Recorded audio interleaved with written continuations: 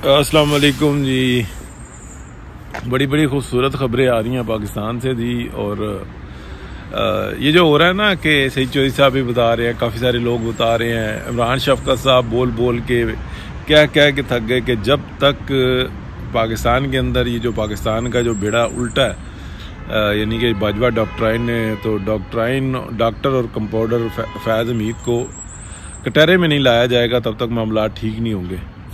और उधर मेरी चले आवाज़ कम से ही, लेकिन बार बार मैं एक बात को बता रहा हूँ कि ऐसा नहीं होगा। इसलिए नहीं होगा कि ये एक हिमाम में सारे नंगे हैं और माल मत्ते का मसला है। मसला ये है कि कुर्बानी सब देने के लिए तैयार हैं, लेकिन वो भी सिर्फ ज़बानी कलामी है, यानी कि तहिया ज़रूर करते हैं कि नहीं हम आगे जो इंसान नहीं हम कमाएंगे और अब हम सीधे रास्ते पे चलेंगे, लेकिन जो कमाया हुआ माल है ना वो वापस करने के लिए तैयार नहीं है। यानी कि आप इस बात को समझें कि बिलियंस ऑफ डॉलर की दिहाड़ी लगी है। इसमें बहुत सारे डजन्स ऑफ लोग हैं जिसमें हंसते बसते पाकिस्तान के ऊपर बजाय के एटमी हमला करते, मिसाइल अरबों डॉलर के जो है ना वो खर्च करते और सब कुछ करते। उससे बेहतर ये समझा कि एक डॉक्ट्राइन ले आओ, इनके लूटे हुए माल को तहफ़्फ़ुज़ दे दो, आखिर में वो भी जो है ना हज़म ही हो जाता है, क्योंकि हविस का जो पेट है ना वो कब्र की मिट्टी भरती है।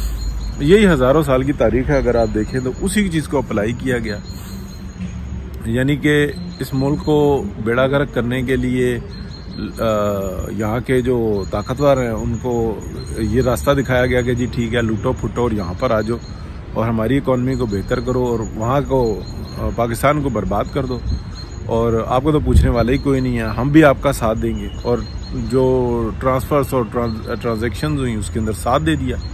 कोई है पूछने वाला कि एक शख्स जो कि एक मामूली से यानी कि बहुत दरमियाने से घर का है और वो 99 कंपनियां बना लेता है और पिज़्ज़े बनाता है और ये सब कुछ करता है, जबकि वो शख्स सिर्फ और सिर्फ रोटी और पराठे और पिज़्ज़ों का भूखा था, तो उसने इस तरह का काम किया घटिया।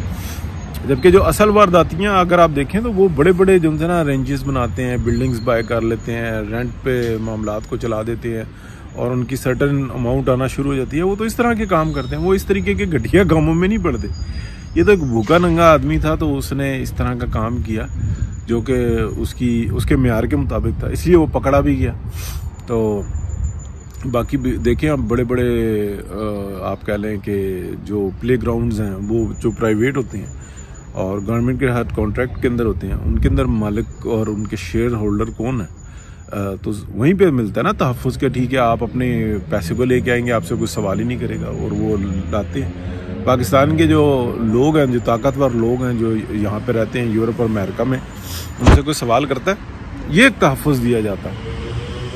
हाँ सवाल एक ही दफ़ा करेंगे, जैसे सेकेंड वर्ल्ड वॉर में जापानियों से सवाल किया था कि पहले माल जब्त और बाद में सवाल करेंगे, और जो उनका सवाल है जो उसके बाद जो उनकी दिहाई है, आज तक कोर्ट से उनको डेट ही नहीं मिली कि यार हमारे यहाँ पे क्या मामला आते हैं, हम तो लीगल थे, हम तो पैदा भी यहाँ पे हुए हैं, लेकिन पूछा किसी ने नहीं। कहा बस तू तेरा डीएनए वहाँ का, ठीक है, अपना डीएनए कहाँ का ये नहीं पूछा।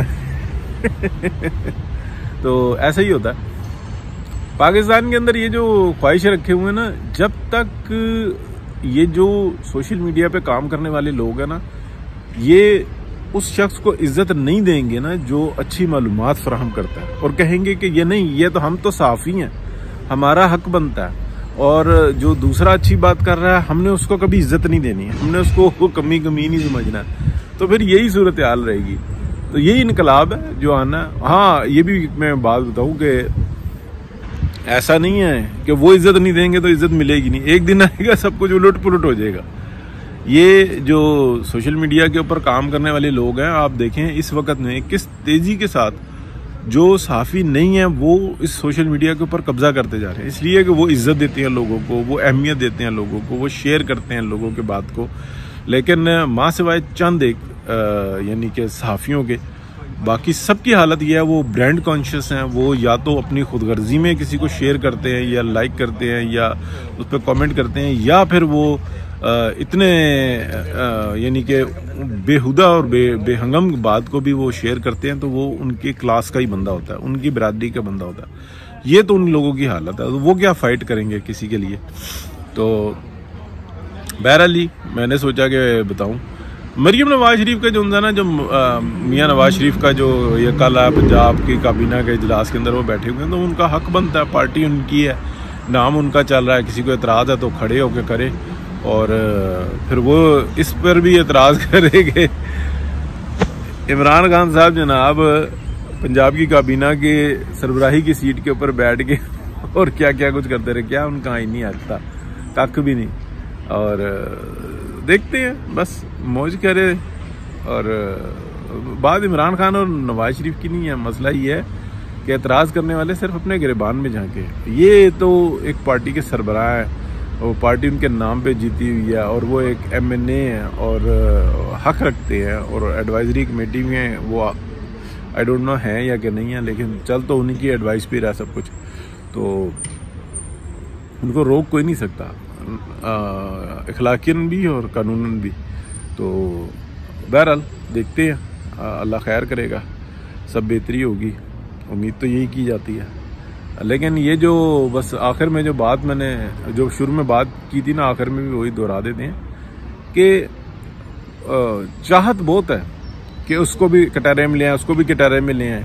ये सिर्फ बात वहाँ पे आके मुकती है कि जैसे मैंने बुज़दार के बारे में एक बात कही थी कि बुज़दार हमेशा कभी भी नहीं पकड़ा जाएगा, बुज़दार ऐसे निकलेगा जैसे मक्खन में से बाल, क्योंकि जैसे उसको पकड़ेंगे और उससे पूछेंगे कि भाई तुम ने ये क्या किया, तो वो बताएगा मुझे तो कुछ भी नहीं पता। लोग आते थे, 10-12 लोग थे, वो क्या कहते हैं आते थे और उनके कपड़े भी एक जैसे होते थे, और वो तो साइन करवा के ले जाते थे। तो ये है जी, ठीक है, फिर होती है इंशाल्लाह। अल्लाह हाफिज़।